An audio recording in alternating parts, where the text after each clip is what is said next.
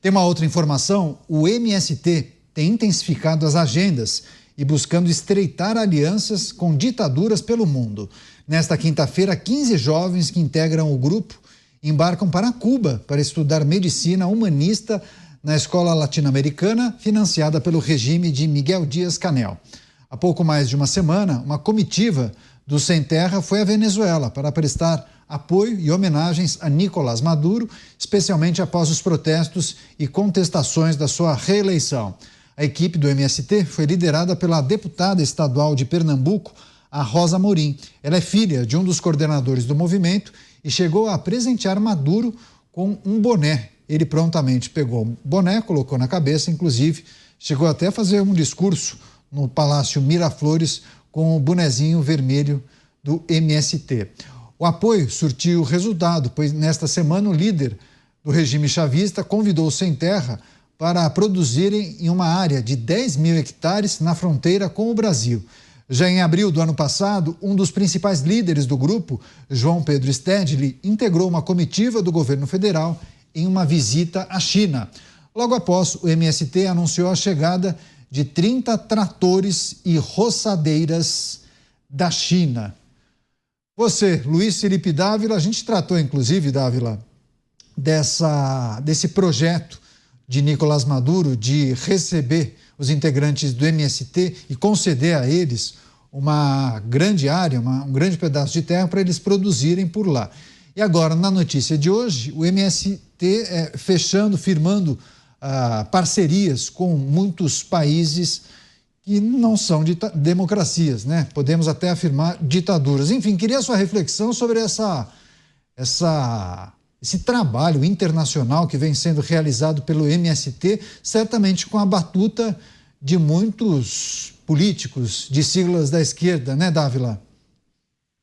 Caniato, eu apoio integralmente isso, que o MST vai cultivar todas as terras na Venezuela, pode ocupar a Venezuela, vão ser os maiores latifundiários da Venezuela, eu vou aplaudir, o MST virou o maior latifundiário da Venezuela, maravilha, vai para lá, porque aqui não, aqui a agricultura é absolutamente competitiva e eles não têm capacidade jamais para ter uma agricultura competitiva, ele fica nessa história, não fazemos orgânico, não sei o quê, não consegue fazer nada de escala, capaz que lá na Venezuela eles terão mais sucesso, vai ter inclusive mais dinheiro do governo, né? Provavelmente o Maduro vai encher essas fazendas do MST de crédito, máquina para provar que o MST é uma grande força produtiva, então vai para lá.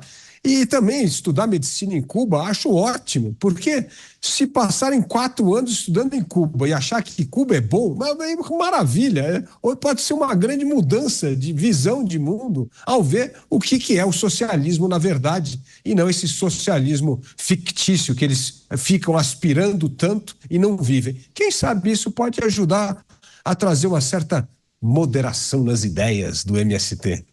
Departamento de RI, Relações Internacionais do MST, Beraldo, trabalhando sem parar, hein? Parcerias com Cuba, Venezuela e China.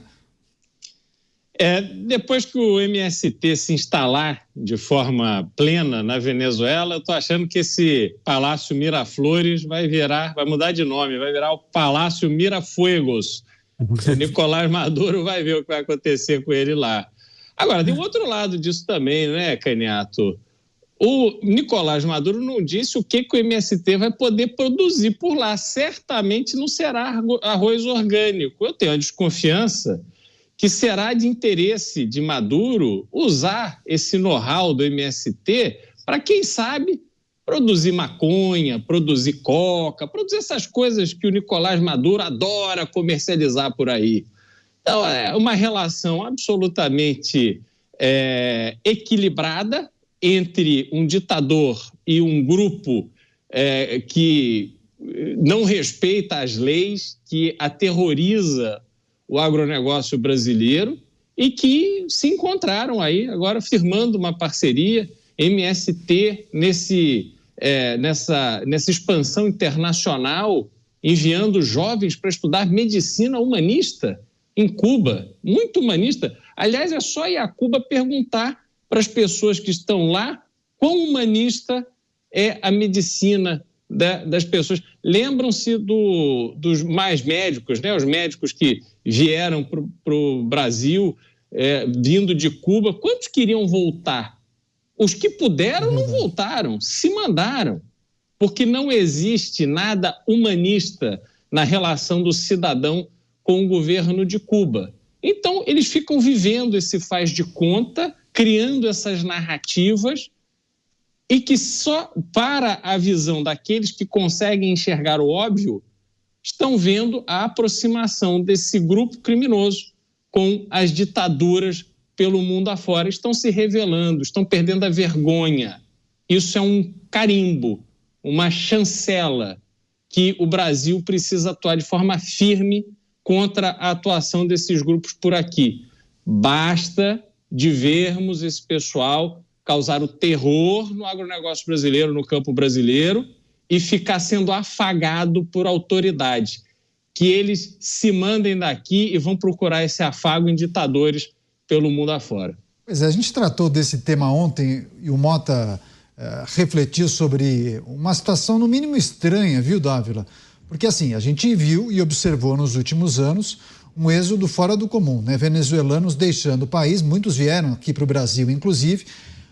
É um país que vive uma situação assim terrível, do ponto de vista social, econômico, e um movimento como esse de Nicolás Maduro, de permitir que brasileiros do MST venham, enfim, possam entrar no país e ele ofereça 10 mil hectares para que eles produzam alimentos, inclusive ele até chegou a especificar quais seriam os alimentos que seriam produzidos. Ele foi até irônico, dizendo que o movimento lá vai se chamar Movimento Com Terra, dando uma leve alfinetada no governo brasileiro.